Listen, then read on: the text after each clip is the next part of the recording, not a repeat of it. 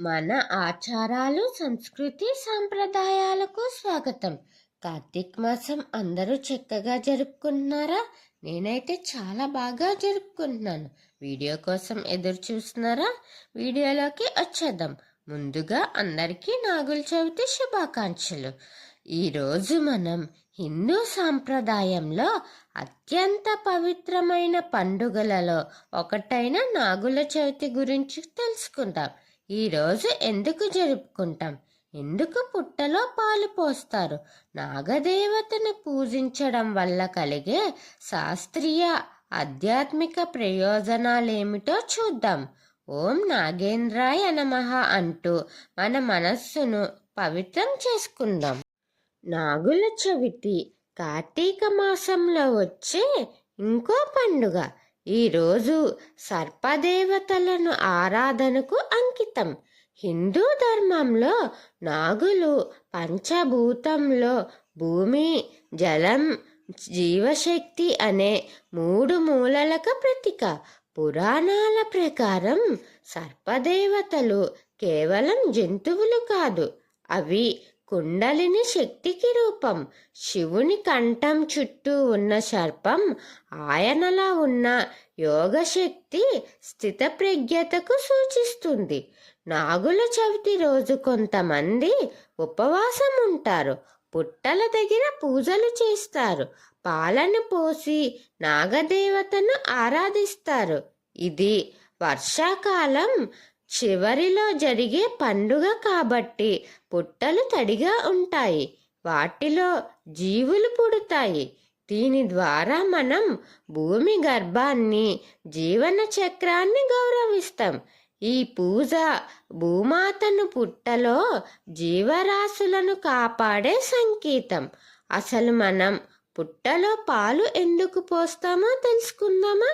పుట్ట అనేది భూమాత గర్భాన్ని సూచిస్తుంది.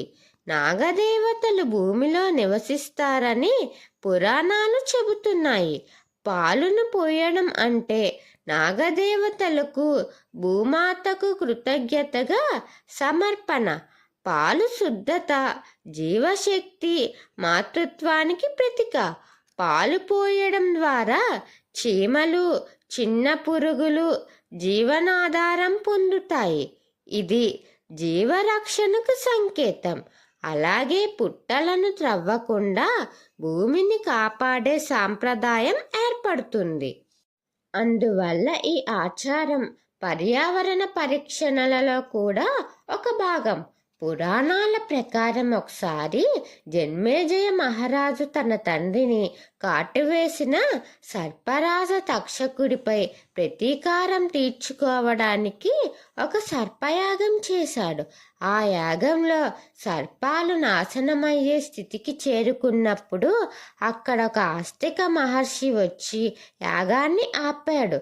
ఒక రాజు సర్పరాజు కాటు వేసిందని అన్ని నాగజాతులని నాశనం చేయడం మహాపాపమని చెప్పాడు. ఆ రోజున నాగుల ప్రాణాలు రక్షింపబడ్డాయి. దీనిని సత్కరించుకుంటూ ప్రతి ఏడాది నాగుల చవితి జరుపుకుంటారు. ఇది జనరక్షణ, క్షమాధర్మం గెలిచిన రోజుగా భావిస్తారు. నాగుల చవితి రోజున స్త్రీలు వస్త్రాలు ధరించి సర్పదేవత చిత్రాలను లేదా మట్టితో చేసిన నాగ విగ్రహాలను పూజిస్తారు. పాలు, క్షీరపాకం, పళ్ళు, చల్లని పదార్థాలతో నైవేద్యం సమర్పిస్తారు. వ్రతం పాటించి నాగదేవతను ప్రార్థన చేస్తారు. కుటుంబం సుఖ సమృద్ధిగా ఉండాలని, పాప బాధలు తొలగాలని కోరుకుంటారు. అదే సమయంలో పుట్టలను త్రవ్వకూడదు. పాలు పోసి అక్కడ సకల నైవేద్యాలు పెడతారు.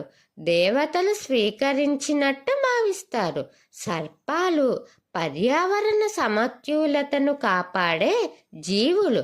వాటి వల్ల పంటలకు హాని చేసే ఎలుకలు తొలగుతాయి. అందుకే నాగదేవతలను పూజించడం ద్వారా మనం ప్రకృతికి కృతజ్ఞత తెలుపుతాం.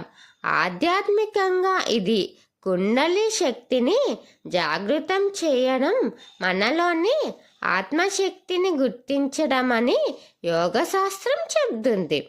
నాగుల చవితి కోసం తెలుసుకుందామా? తర్వాత వీడియో కోసం ఎదురు చూస్తూ ఉండండి.